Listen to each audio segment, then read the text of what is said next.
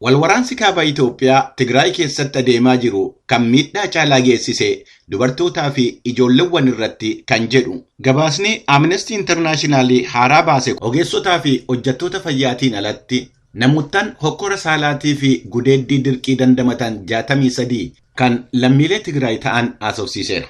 Dubartoota miidhaan irra ga'ee dandamatan keessaa 29 warreen loltoota Eertiraatiin akka gudeedaman himatanidha. Fissaha Taklee gaanfa Afrikaatti qorataa Amnesty International akkana jedha. Victims were detained for more than 24 hours and in some cases for weeks while they were being raped by the soldiers. And in the process we can see that the soldiers were brutalizing the Miidhamtoonni yemmuu loltootaan gudeedamanu sa'aatii 24 fi torbanootaa fi hidhamanii turan. Adeemsa keessatti loltoonni akka warreen dandamatan kanarratti miidhaa geggeessan argina. Reebaa turan. Jechoota gosa salphisanu irratti hundaa'e fayyadamuudhaan arrabsaa turan. Akkaataa hokkorri saalaa dubartoota Tigraay salphisuu danda'utti itti fayyadamuu isaanii agarsiisa. Jedha Fissaa Taklee. Dubartiin waggaa 20 ji'a sadaasaa bara 2020 mana ishee keessatti akka loltoonni afaan Amaaraa dubbatanu miidhaa irraan gahan Amnestytti himteetti. Ulfa ji'a 4 turte. Ulfa ta'uu koo baruu isaanii hin beeku. Nama ta'uu koos hubachuu isaanii hin beeku jechuudhaan Amnestytti akka himte dubbata gabaasni kun. Gabaasni ammaa kun waan lafa irratti ta'aa jiru keessaa waan xiqqoodhaa jedhu Adootii Akiwee'ii Amnesty International irraa. The ages of the women as young as 10 and as old as 62. Umuriin dubartoota miidhaan irra ga'ee waggaa 10 amma waggaa 62ti. Dubartoota Tigraay ta'uu isaaniitiin hin arrabsamu.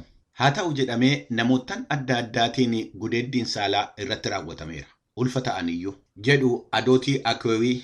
Dhimma kana ilaalchisee ministeerri dhimma alaa Itoophiyaa ibsa baaseen mootummaan akka hokkora saalaa balaaleffatu ibsee naannoo Tigraayitti lola adeemaa jiru keessatti hokkora saalaa fi gudeeddii dirqii ilaalchisee kanaan dura ibsa baasuu isaa yaadachiiseera.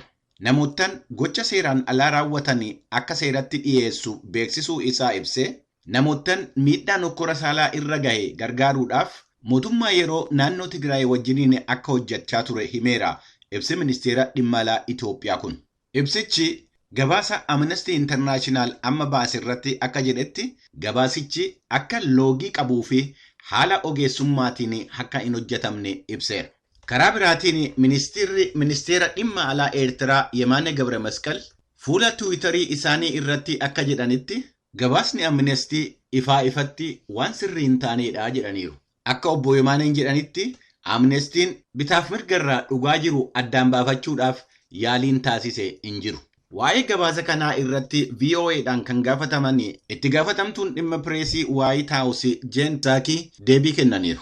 We are closely engaged with countries in the region, leaders in the region, and certainly horrified by what we've seen as ongoing human rights abuses in Ethiopia. Biyyottanii fi hoggantoota naannoo sanaa wajjiniin quunnamtii qabna. Waa'een sarbiinsa mirga namoomaa Itoophiyaa keessatti deemaa jiru waan naasisaa ta'edha.